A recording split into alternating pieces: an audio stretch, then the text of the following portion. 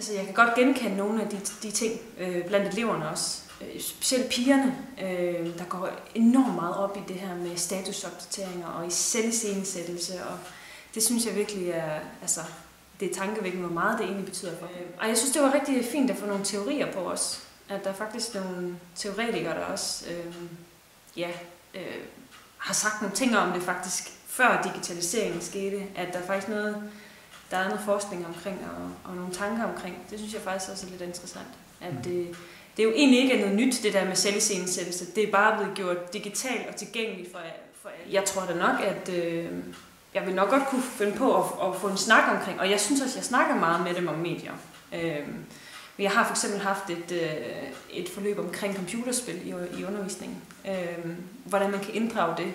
Fordi det kan jeg også mærke, nu der er mange drenge i den her klasse, og det er noget, der virkelig fylder. Og der bruger de jo også chatforums og sådan noget, og nogle gange snakker også med folk i udlandet, og nogle svenskere og polakker, og det fylder rigtig meget. Og jeg tror, at drenge nogle gange iscenesætter på en lidt anden måde. Lidt ligesom det eksempel, du også kom med, ham der vil være lidt provokerende for ligesom at skræmme dem væk. Fordi at han vil godt være sammen med dem, som synes, han var interessant. Der tror jeg også, der er meget sådan en kønsforskel med, hvordan de iscenesætter sig selv, og hvordan de bruger de her medier. Ja. Jamen, jeg synes, det program, du bruger, gør det meget interessant og virker meget professionelt, fordi man sådan springer rundt i tingene.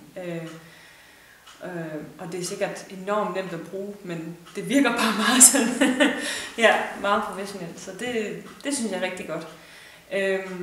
Og jeg kan godt lide, at der er nogle praksiseksempler, fordi det gør det mere vedkommende. Og jeg kan også mærke på dem omkring mig, at de godt kan genkende mange af de her eksempler, der også kommer.